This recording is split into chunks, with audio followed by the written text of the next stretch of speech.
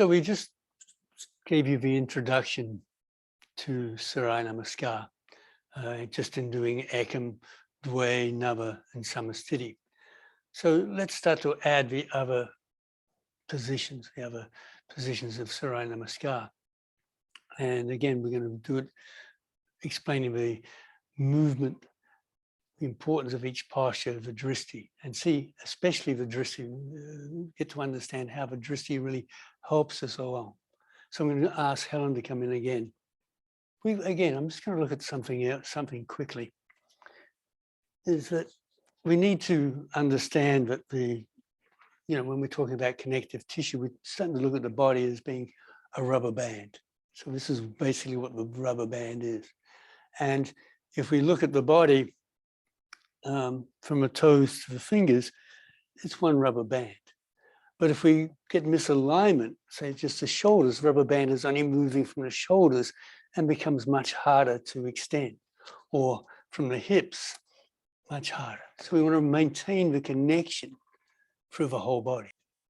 And when we do Sarai Namaskar, again, come into Samasthiti, spread the toes, inner rotate the legs, broaden the sitting bones. And then take a deep breath. Exhale, you can spread toes and fingers so you get the yang.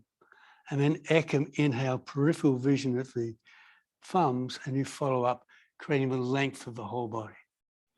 And Dway was immediately gazing down, connecting to lower dantian, and allowing the forward bend to happen. And you can see how the spine follows. So I'm just going to get it a hold there for a moment. And what we've actually done, we get the tensor band, is actually allow the rubber band to come all the way to this particular place, the fingers or the top of the head. Okay. So now if I get her to come up, so we can show what's going to happen the other way. If she lifts up, Ekam, again, we can follow the thumbs. Inhale, Ekam. But then if she sticks the ribs forward and comes down, which is really this extension, meaning you can see how the back now remains flat. She comes down. At this point, her back is already starting to say, hey, be careful, you're creating a lot of strain. But what's happened here is we've broken the rubber band, so it's only here. Mm-hmm. So the stretching is only coming from the sitting bones to the arms, or from the sitting bones down to the floor. And this creates much more tension on the back of the legs and actually can cause injuries, can actually tear the hamstring. This is where a lot of the hamstring problems happen, or people end up by having to bend the legs. You should never have to bend the legs, except in one situation, which I'll explain a little bit later.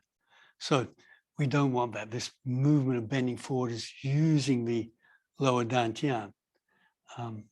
In fact, she would have lost the dantian if she stuck the ribs forward. But you can also see that it's a flat back. And one more time, just we can point these things out. So Ekam, same thing, follow the thumbs up, ribs forward and go down. And you can see, she stops here, you can see there's no lengthening of the spine. This hasn't changed, it's just straight. So there's no movement. Now she's going to go forward, it's going to pull in here. Mm-hmm. The back of the legs is getting pulled. I feel very tension around. Very much tension in the back of the legs. So that's what's going to happen. So it's going against the principles of the elasticity in the body of what we talk about anatomy trains or connective tissue. So let's continue again. Spread the toes, exhale. Inhale, follow the thumbs up. Dway, eyes down, first initiation, follow down. And you can see how the back is starting to follow and everything is following this movement, much better. Inhale to Trini. So now we're going to come to Trini. This is interesting. So in Trini, there's a lot of things we have to look at. First thing is that she has an Asian body. And Asian body is generally longer legs, longer body, but short arms. So already there's a problem to reach the floor, and you can see that as she's reaching the floor, her shoulders are going forward. Mm-hmm. So this is breaking the principle. So she needs to lift the shoulders and actually if she lifts the shoulders up and then presses back, she's going to feel the connection come into the back. So this feeling pressing back. And then she can draw the navel in and reach down with the head, and that's much better. She managed to touch the floor, but maintain this position of the shoulders. Okay. Then we come to, so she goes down as far as she can, maintaining this equilibrium in the shoulders. Then Trini is inhale, come forward and lengthen. And she hasn't done this movement with me before in the way that I'm going to teach it. So it's going to be new to her as well. So she's coming here. This isn't quite what we want. We actually want, if we take it this way, the initiation is inhale, bring the eyes forward. So she follows the eyes, keeps following. And you can see how much more length she created in the spine. How much she's going to feel, I'm sure she does. And the sitting bones are actually, the more she reaches the eyes, the more she's going to feel the pelvic floor stretching. But she's also going to feel that tension that she felt before in the back of the legs. Okay, so this tension is going to come. It's okay. In fact, we want to do this. This is what Trini's for, to actually create this stretching. This is our stretching of the hamstring, this movement of reaching and connecting to this part of the body, giving it that stretch. We've broken the body down. We've broken it into two parts. But for this moment, purposely, we're doing that, as I said, to get this connection in the back of the legs and stretching. Okay, so let's try that again. So the movement here is the eyes reaching forward, coming up. And you can see the body follows and lengthens, but breaks the body. So the hamstrings get extra, gets that tension in. Then we come to Chaturanga. So we're just going to show you that motion. So first motion we're going to do is Chaturanga. First motion is from this with the eyes forward looking, the eyes come down. And already she's going to feel it straight away as the eyes come down, the connection back to the lower dantian and the release of the tension in the legs. Coming simply from this reaching forward, eyes up, eyes come down.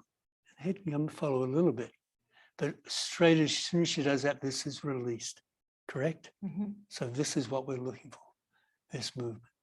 So let's try the whole process again, coming up. Okay, Samasthiti, equal stand. Toes gently spreading. Ekam. So we'll go exhale, spread the toes, spread the fingers, create the yang. Ekam, fingers relax. Inhale, hands come up.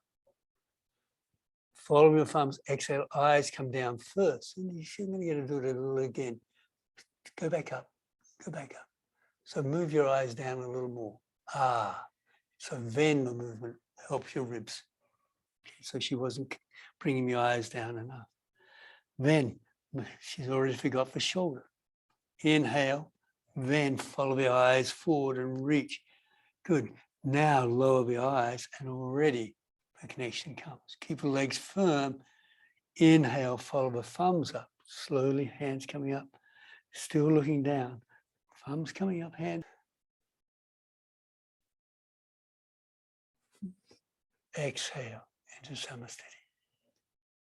So, as you can see, it's also difficult to remember all these things. It takes patience. It takes time to understand these and bring them into the practice so the body really knows what to do. She still has the memories of her practice, what she's done before. And so she hasn't developed this body awareness to make that not the habit, to make the new thing the habit.